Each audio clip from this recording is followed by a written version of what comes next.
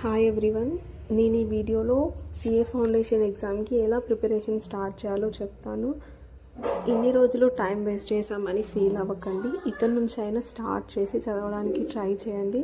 So first of all exam అనగానే ప్రతి ఒక్కరు టెన్షన్ పడడం స్టార్ట్ అవుతుంది. సో ఎవరు టెన్షన్ పడకండి.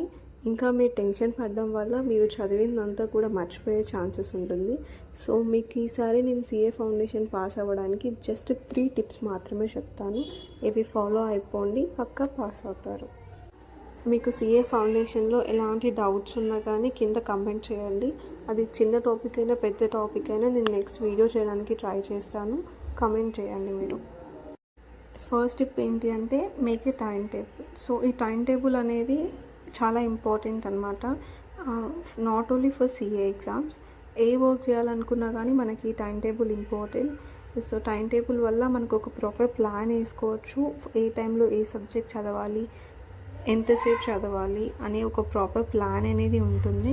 సో ఫస్ట్ టిప్ అనేది ఇదే.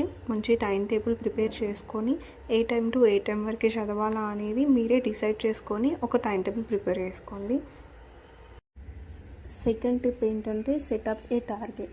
సో ఏంటంటే ఒక్కొక్క సబ్జెక్ట్కి ఒక్కొక్క టార్గెట్ పెట్టుకోండి మీరు.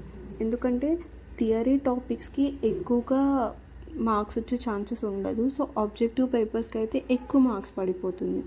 అందుకని మీరు ఫర్ ఎగ్జాంపుల్ మనకి 4 సబ్జెక్ట్స్ ఉన్నాయి. అకౌంట్స్, బిజినెస్లో మ్యాథ్స్ ఉంది, ఎకనామిక్స్ ఉంది. సో మనం ఏం చేయాలి అంటే అకౌంట్స్కి 75 to 80 మార్క్స్ లాగా టార్గెట్ పెట్టుకోండి. దెన్ ఎకనామిక్స్ కూడా సేమ్ 75 to 80 or 90 కూడా టార్గెట్ పెట్టుకోవచ్చు.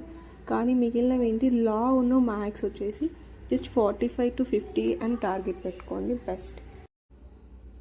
థర్డ్ టిప్, ప్రాక్టీస్ మోడల్ పేపర్స్ని ఎక్కువగా ప్రిపేర్ అవ్వండి. అందులో ఉన్న క్వశ్చన్స్ కొన్నిసార్లు రిపీటెడ్గా వచ్చే ఛాన్సెస్ ఉంటుంది, చాలా రేర్గా.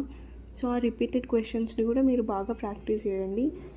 మోడల్ పేపర్స్ని ఫాలో అవ్వడం వల్ల క్వశ్చన్ పేపర్ ప్యాటర్న్ ఎలా ఉంటుందని మీకు క్లారిటీ ఉంటుంది. మీ ప్రిపరేషన్ మొత్తం అయిపోయిన తర్వాత మోడల్ పేపర్స్ అన్నీ పక్కన పెట్టుకొని A to Z మీరు అది రియల్ ఎగ్జామ్ లాగా ఫాలో అయ్యి రాయండి. అప్పుడు మీరు ఎంత చదివారా అనేది మీకు ఒక ఐడియా అనేది వస్తుంది.